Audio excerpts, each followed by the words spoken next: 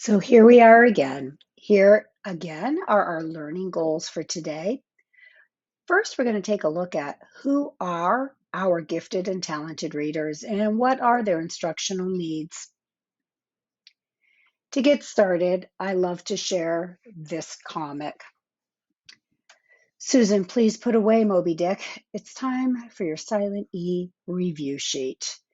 Unfortunately, that can be the situation that many of our advanced readers face in their reading instruction. So we're going to begin with our precocious readers. Here is a definition. Precocious readers can be children who are able to read fluently and with understanding at an unusually young age, before attending school, and without having received any direct instruction in reading. These are the little ones who can tell a story in a picture book at a very early age, possibly even a book they've never seen. They may not even remember how they learned to read. They may just assume that everybody else their age also knows how to read. Maybe a kindergartner who comes to school with a love of reading and can't understand why the teacher is taking one letter of the alphabet at a time. Because of their advanced skill, precocious readers require instructional differentiation when they enter school. Advanced reading instruction is the most common form of instructional modification made for children who enter school reading, according to Del Sigley. Precocious readers do not need to relearn what they've already mastered, and reading instruction should take into account the skills that they already have. However, precocious readers may have areas of relative weakness in their skill patterns that merit attention. Instruction for these weaknesses should not overshadow opportunities for them to utilize their early reading strength. It's so important for teachers to begin with a general assessment of the child's reading ability. Based on that initial assessment, the child should be provided with appropriately challenging and diverse reading opportunities. The teacher can monitor this using appropriate formative assessments. These reading opportunities should enhance strength areas and at the same time develop areas of relative weakness. The material used should be based on the student's emerging interests and should include a wide variety of literature, including fiction, nonfiction, and poetry.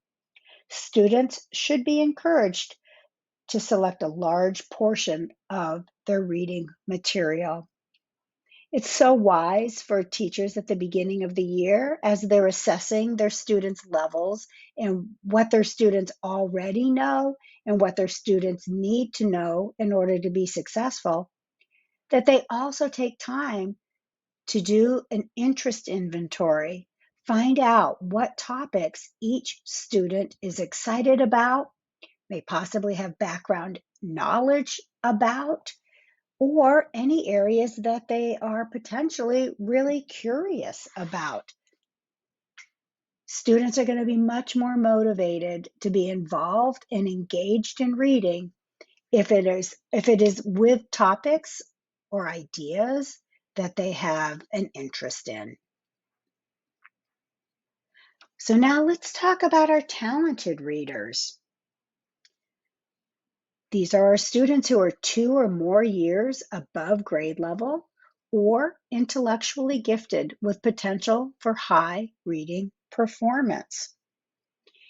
They can be avid readers, reading a variety of literature, a variety of genres, and they focus a lot of their time on reading. These are the kids that would be perfectly happy if we just left them alone to their own books.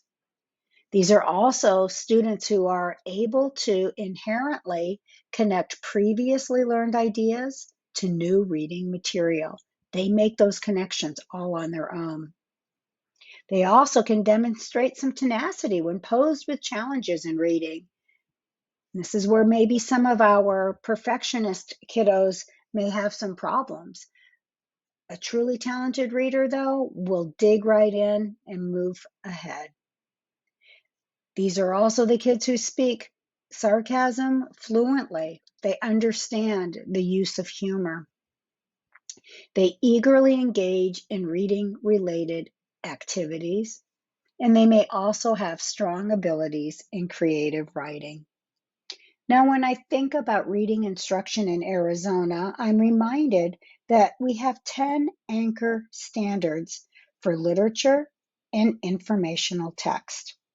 And our anchor standard, R10, is the only standard that actually mentions reading levels. It says, read and comprehend complex literature and informational texts independently and proficiently. Also remember that these anchor standards change in their level of sophistication with each grade level. There are standards where students are asked to work with key ideas and details, citing text in their answers, working with theme and challenges faced by characters, being taught how setting impacts the story, compare and contrast, analyzing multiple perspectives, and integrating information from several texts. We have to keep in mind with these talented readers, and with all readers actually, it's not enough to just be able to word call and retell text at a very basic level, but we want our students to think critically about what they are reading. When we think about these standards, these 10 anchor standards, we shouldn't look at them as one and done standards, just another checklist that we cross things off as students learn them, but they must be utilized and reinforced with everything they read. Our talented readers can benefit from explicit lessons grounded in the state ELA anchor standards. I'd like you to consider the last book you read for enjoyment. Did you think critically about the characters? Do any of you belong to a book club? Rarely do we as adults just read a book without thinking about it, and how fun it is to actually discuss what we read with somebody else. So this is my plea for you to consider your advanced readers, your talented readers, as readers in training. They also need your guidance and support. The last thing we want for these learners is a reading packet of questions that a student completes in isolation. They truly need to be a part of a small group of like-minded peers with similar abilities, and provided with the opportunity to discuss what was read and be guided into thinking critically, to be challenged to extend their abilities, and to engage and think about complex text. The use of intentional instructional level grouping with talented readers has been found to produce positive achievement outcomes when the curriculum content and instruction is appropriately challenging. One caution, however, some talented readers, when not appropriately challenged by third or fourth grade, may learn to get by without putting forth much effort, assuming that that is how school is. And these students are at risk for not making a year's growth. So what are we to do? Well, in my district, we are at the beginning of a huge ELA adoption. It's our first adoption in over 20 years. All of our K-6 teachers are being trained and supported in this adoption. But what about our talented readers? How can their needs be met, yet teachers still follow the new curriculum with integrity as they are being asked to? Our gifted specialists are also being trained in this new ELA program and are still advocating for our gifted readers' needs and providing reading instruction. They are differentiating using Sandra Kaplan's depth and complexity prompts. Here are the original icons. And here are some question stems derived from the prompts. When you are using the prompt of language of the discipline, you could ask the student, what vocabulary is used? What methods are used?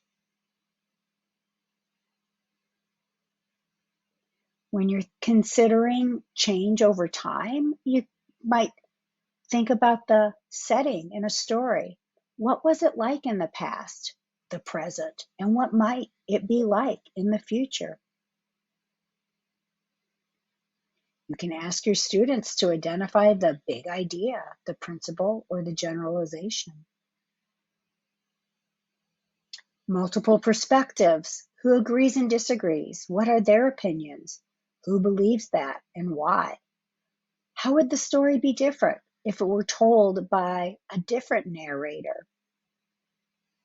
All of these are things to consider as ways to differentiate instruction for our gifted and talented readers. So now I'd like you to consider, how would you address the needs of a young, fluent reader?